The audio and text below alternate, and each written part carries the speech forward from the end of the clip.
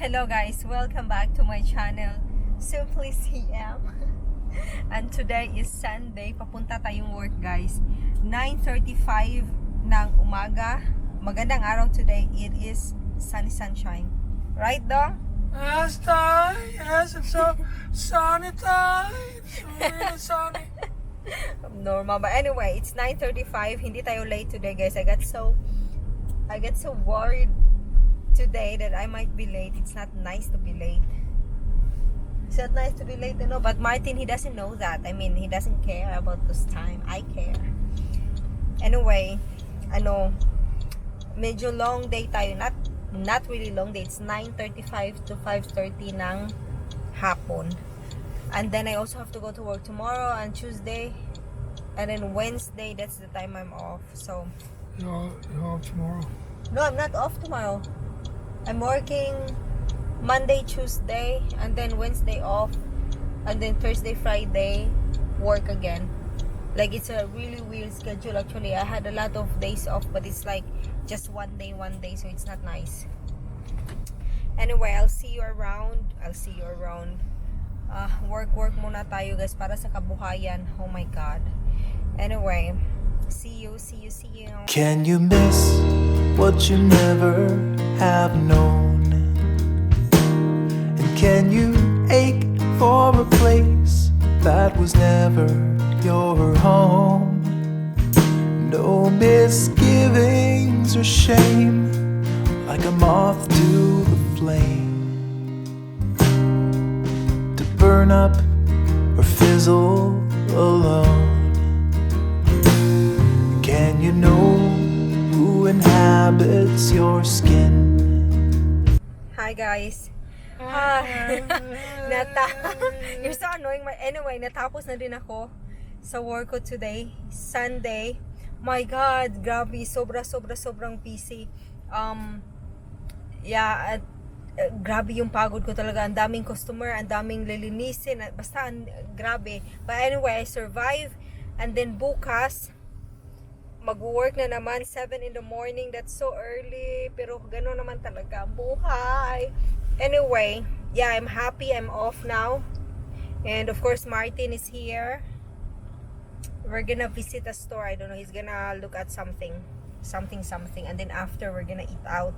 We're supposed to be eating out with his friend, pero nag-cancel siya. Nag-cancel yung friend niya. So, I think it's perfect kasi din kaming dalawa lang. He's Right? He's just like you cancelled. You're the cancelled one here. Anyway, yun.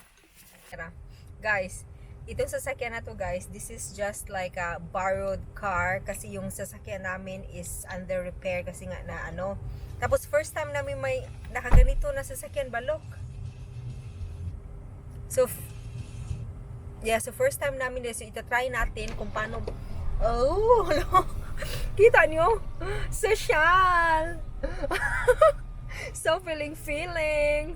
Okay, and then after, how can we close this? Let me just see. See? Okay, close it now. Ganda naman sa sasakyan na to, eh? Ganyan. It's so challenge. Anyway, this is like borrowed car from the company because they're having our car for repair. So yun, at least naman na-experience natin itong sasakyan na to. Ang laki ng sasakyan na to guys, and it's China brand. What is it called? Maxos. Hindi siya popular na sasakyan, pero it's electric, it's big, and open yan, ganyan. Social, okay. Anyway, go out na tayo. Very fast? Yeah, I can actually drive so fast now. So, Martin is enjoying this car until it is returned. Until you gotta charge, then it's fucking. Yeah, because it's charge nga. I have to sit and charge today. How long does it Half an hour. have to full charge? And how much? The price? I don't know. 500. No. 300. You think which is more expensive, this one or the gasoline? Gasoline. Way more expensive. Okay, so in the long run, then this is Yeah. of course cheaper. But If you then, if you have it at home, you can have a subscription where you pay 800. and then they will have the 800, then you can charge all you want. wow. Is that what Neil's got? And No. then it's got that. Mm. Okay, then that's the Or you solution. can charge at home, then you can charge even cheaper. Mm. Okay, so economically, this is a better car. But then the price itself when buying it, this is much more expensive. Correct. Are there electric cars that's actually cheaper, like same price with what you got? Ah, that is. Mm. Okay. Anyway, who cares? Exactly. Who cares? I cannot drive anyway, so That's right. doesn't Cannot matter. drive. Cannot drive, but I'm Cannot pretty. drive a skateboard, cannot roll on rollerblades, cannot ride a bike. Wait, what are you talking about? Are you okay? Are you okay? Have you taken your medication? No, I just say you cannot. No, but have you taken your medication? Why? Have you taken your medication, Martin? It's like you're talking weird. My medication. Yeah, medication for your craziness. Anyway, Oh, my medication. anyway, we go out now. Whatever you're gonna look, let's go. I'm tired. I'm hungry. I'm tired. My legs are hurting. Bye. Yeah. Lock muna natin to. Okay. Now we go. Punta tayo dito sa Bauhaus, guys. Ooh, surprise. Fries? Surprise. Sarasa mama for heat. Tarasa, vamos. Here's one for dreamers who took that step. Here's one for every time they jumped without a net. Here's one for misfits who broke the rules, who feared the boredom more than scorn or ridicule. It's just 1.5. That's cheap, and it's actually big.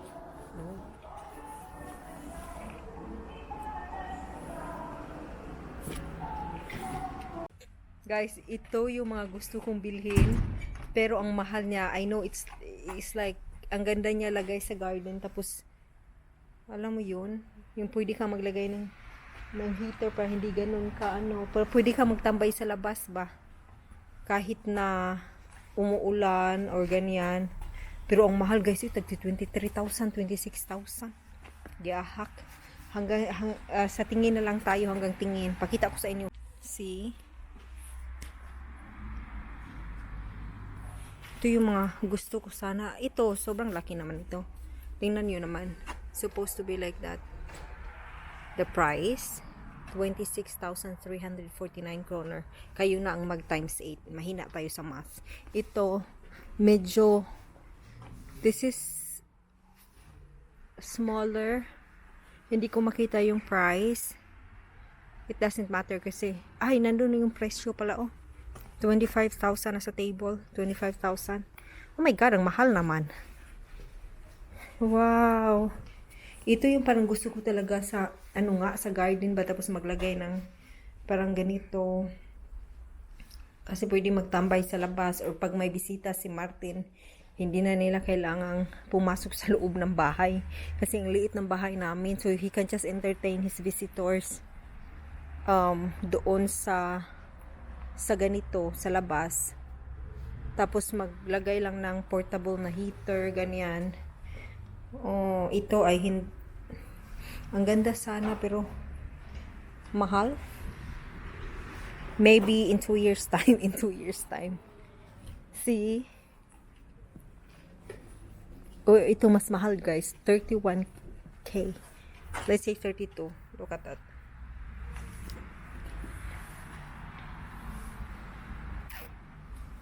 It's supposed to be greenhouse talaga, yung parang ano ba, tanim-tanim, pero yung mga tao, they're using it for yeah, for example, this one, it's supposed to be, you can put your plants, blah blah blah, but there's a lot of people using it as what is it called, like, you know. This one is the size you're gonna make. You want to make it kind of like. Really? But that's the price. 13,000. Can you make it yourself? And you can also enter, right? Because it's tall.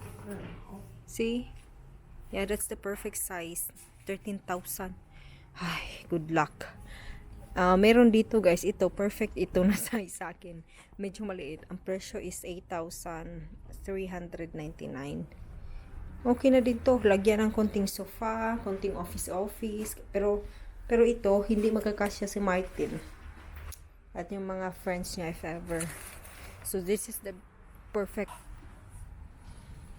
It actually is super nice, this one dong. No, but it cost a lot. Personally, this one a lot. So guys, nasa sasakyan na naman tayo. Maghahanap tayo ng makakain. Yung pinuntahan namin kanina, tumingin lang talaga kami para alam namin yung presyohan ng yung pinakita namin sa inyo. What is it called? Is it called greenhouse? Not really, right? I think it's called a greenhouse. Okay, so ano lang talaga, tinignan namin yung price ng greenhouse, tatawagin natin yung greenhouse. So, yeah, mahal pala guys, nasa mga 26,000, may medyo mura doon, 13,000, yung pinakamaliit 8,000, mahal pa rin. But anyway, in the future, pag medyo yayamanin na tayo, pero ngayon wala, tingin-tingin natin sa we know na. So yun, tapos si Martin doon, natagalan kami doon kasi may nakita siyang workmate niya ba dati, usap-usap ganyan, ang tagal mag-usap guys. Ginanon ko na nga talaga siya, hey, gutom na tayo, it's almost 7 na ng gabi, and of course I have to sleep early kasi yung duty ko tomorrow 7 in the morning. Ganon. Anyway,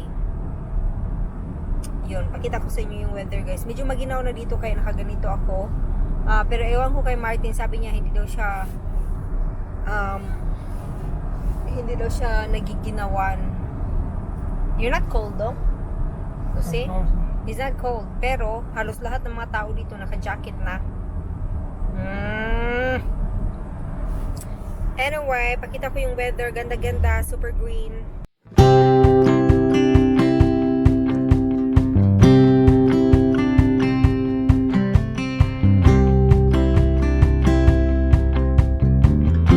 And I feel like,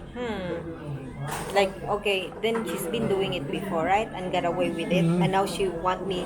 But if it was you, are you gonna say yes to that, or you say then wait for it tomorrow then to buy it? Wait tomorrow till tomorrow.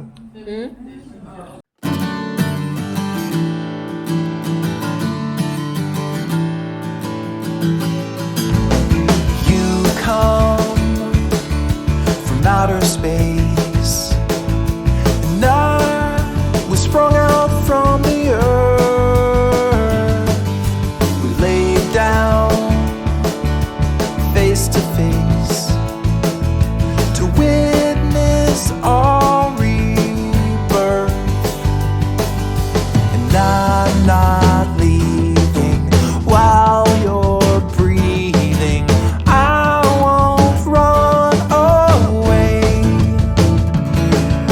They say it won't last, you'll move along, but we're moving too fast. I know they're wrong, 'cause we are like invisible light in the dark. And there's an endless road on the edge of the map, so let's pack our hats in a burlap sack and go.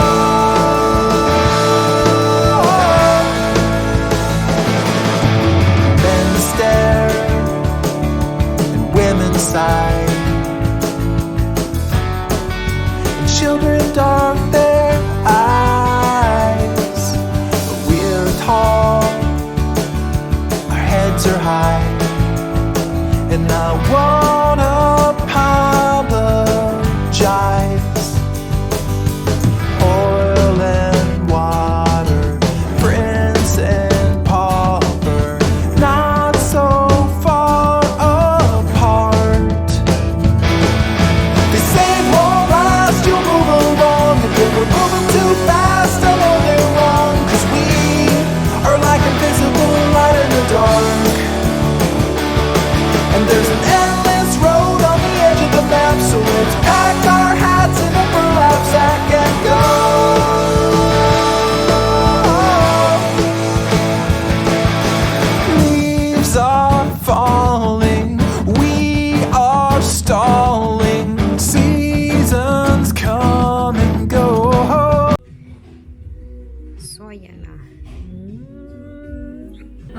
Jack, come on.